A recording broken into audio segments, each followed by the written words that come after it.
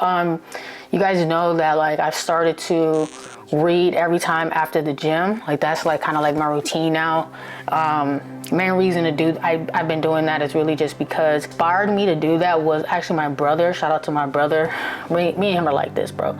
He does that, and then we go to the gym with him, and he introduced me to that, and I like it because it's kind of like it's like habit stacking. You know, I learned that in like Atomic Habits, the book Atomic Habits. Like if you're trying to, you know, build good habits or new habits, sometimes the good way to do that is by habit stacking, right? Doing one thing and then doing something right after.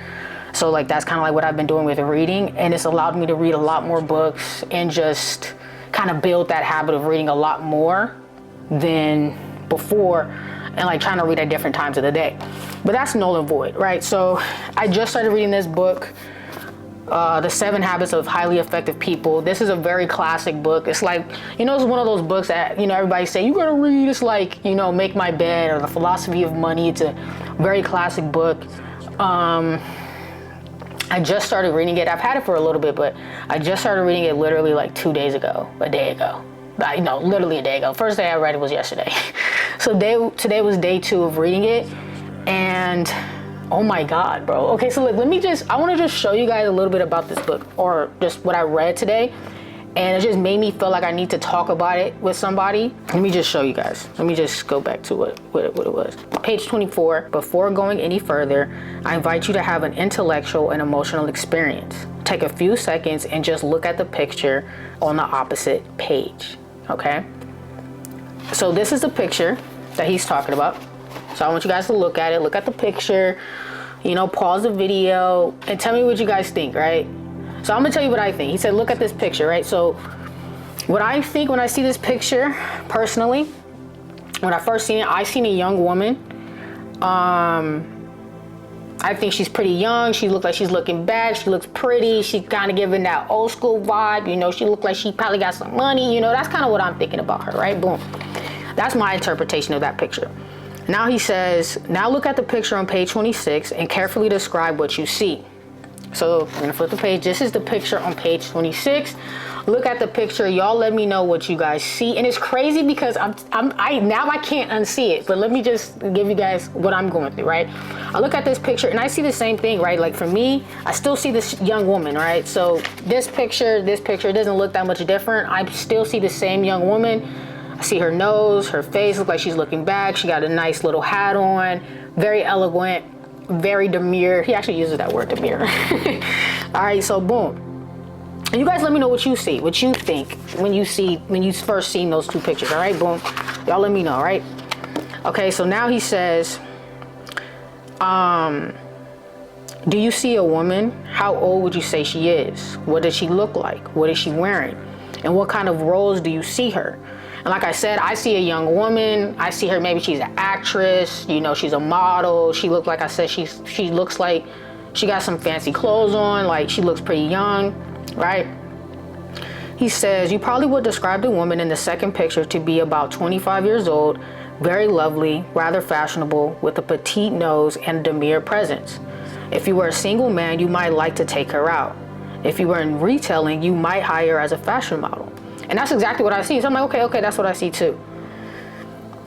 Then he says, but what if I were to tell you that you're wrong? What if I said this picture is of a woman in her 60s or 70s who looks sad, has a huge nose, and is certainly no model?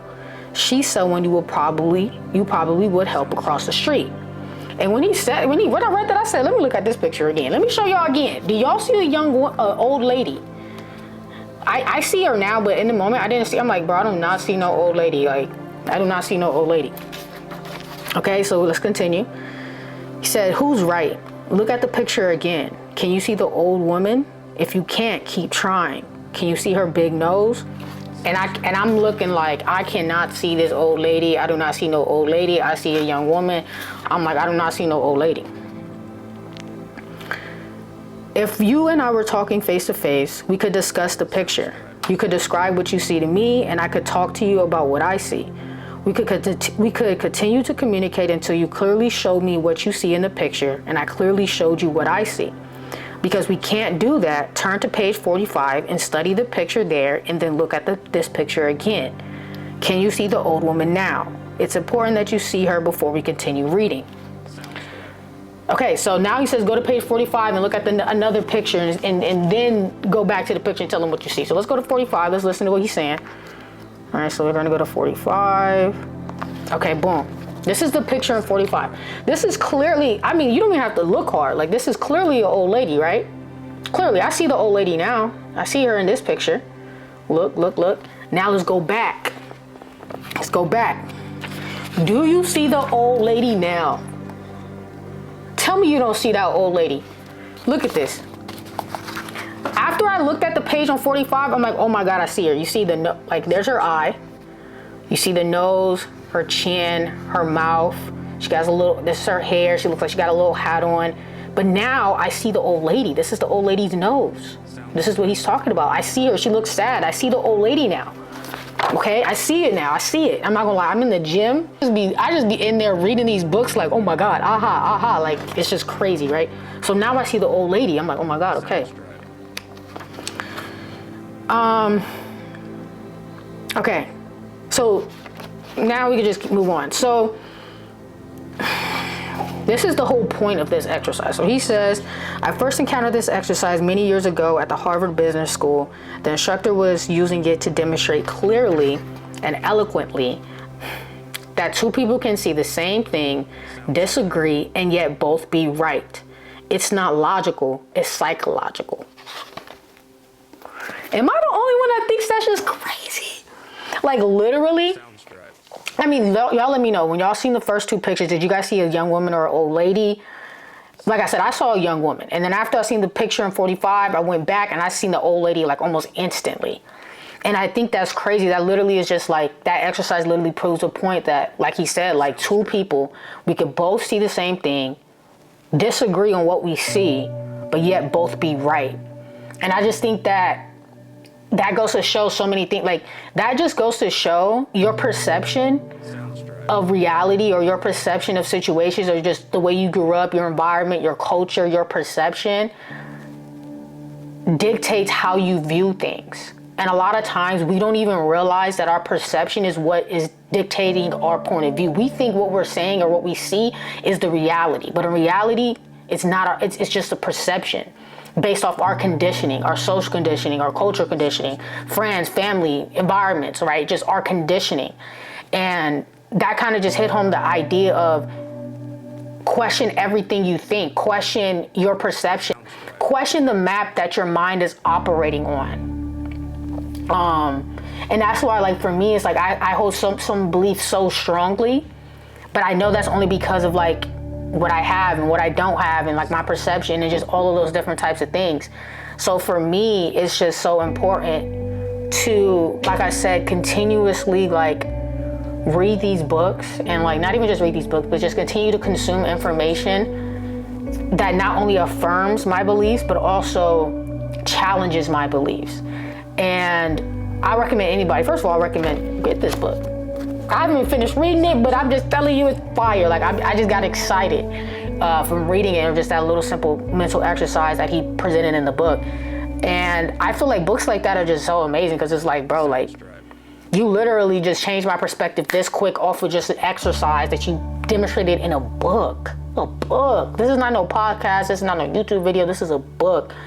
And I always tell people all the time, like, the information you can find in a book, you're not going to be able to find in a lot of this information that is surface level. A lot of these videos and podcasts, and some of them you can, but these things you can literally only find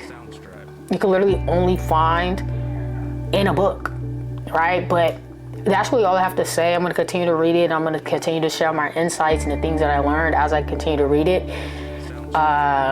But that was just so mind-blowing that I had to just come on here and talk to you guys about it. And I just want to know, again, I want to know what you guys think. I want you to tell me, did you guys see the old lady? Did you see the young lady? What did you see when you first looked at those images? And if you don't have this book, buy this book because it's fire. Yeah, pick up a book and read, bro. Pick up a book and read. It could be any book. Pick up a book and read and expand your mind. Expand your mind. I get so excited by reading. It's almost like a child. I get so excited by reading. And that's an indicator for me to let me know to do more of it. I need to read like I read. I know I could count myself reading every day before the gym, or not, or after the gym, I should say. But I need to read before I go to bed. I need to read after my run in the mornings. Like I need to read a lot more, I feel like, because I feel like I'm missing out on a lot of information and a lot of growth by not reading. And taking in, and like that's the type of dopamine you want, like slow dopamine, like not quick dopamine, but slow versions of dopamine that are genuine, that are honest. But yeah, I'm done talking. Thank you guys for watching. I'm out.